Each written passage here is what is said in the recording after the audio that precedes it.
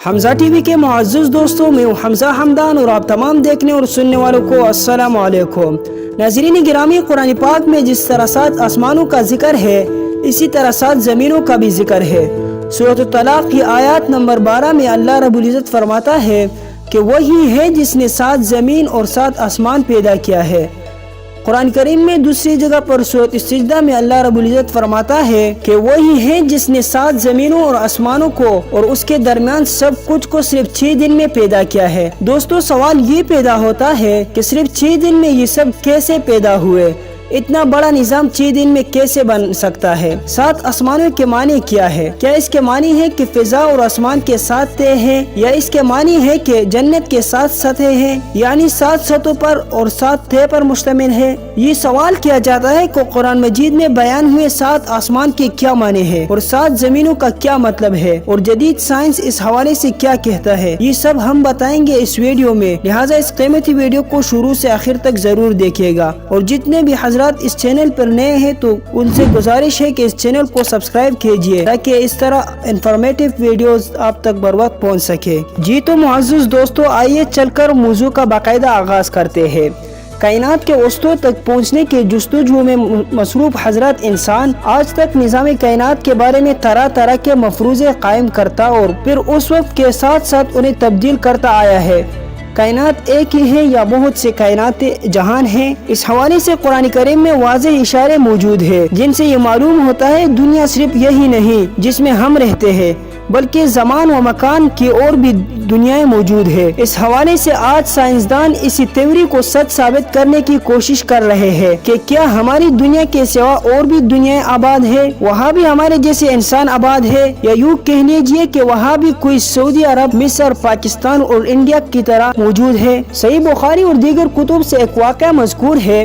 مفسر قرآن حضرت ابن عباس رضی اللہ تعالیٰ عنہ کے پاس ایک شخص آیا اور اس نے سورۃ الطلاق کے 12ویں آیات اللہ وہ ذات ہے جس نے 7 آسمان بنائے اور زمین جیسی زمینیں بھی تخلیق کی تفسیر پوچھی۔ حضرت ابن عباس رضی اللہ تعالیٰ عنہ خاموش رہے۔ اس شخص نے دوبارہ استفسار کیا اور پوچھا کہ آپ اس کی وضاحت کرنے سے گریز کیوں کر رہے ہیں؟ اس پر حضرت ابن عباس رضی اللہ تعالیٰ عنہ نے کہا کہ اگر میں اس کی تفسیر بتا دوں تو مجھے ڈر ہے کہ تم کفر کے راستے پر چل پڑو گے۔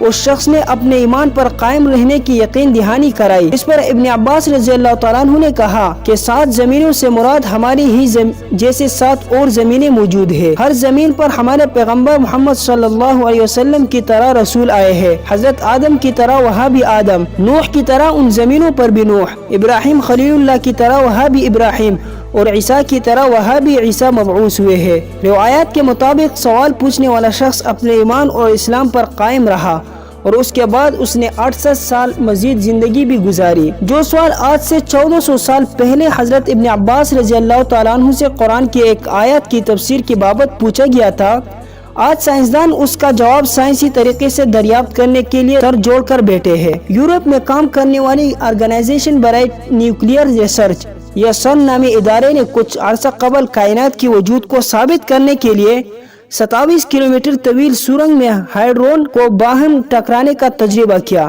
جس کے بہت مثبت نتائج سامنے آئے اور سائنسدان اس نتیجے تک پہنچے کہ کائنات کے وجود کو برقرار رکھنے والا ایک ذرہ ایٹم ہر کہیں موجود ہے۔ اسی تھیوری کو خدا تعالیٰ کی موجودگی کے معنی میں لیا گیا۔ اسی سرنگ میں ایٹمی پروٹونز کو ٹکرا کر کائنات میں موجود بلیک ہولز کی موجودگی کا تجربہ کیا گیا اور اب وہاں پر متعدد کائناتوں کی وجود کا تجربہ ہونے جا رہا ہے۔ العربیہ.net کے مطابق متعدد کائناتوں یا دنیا کی موجودگی کی پہلی تھیوری امریکی طبیعت دان ہیو ایپٹ نے 61 سال قبل پیش کی تھی۔ اس کا کہنا تھا کہ پوری کائنات میں صرف ہماری دنیا نہیں بلکہ اور بھی دنیایں آباد ہے۔ زمان و مکان کے اعتبار سے وہاں کے طبعی حالات مختلف ہو سکتے ہیں مگر ان کی موجودگی سے انکار نہیں کیا جا سکتا۔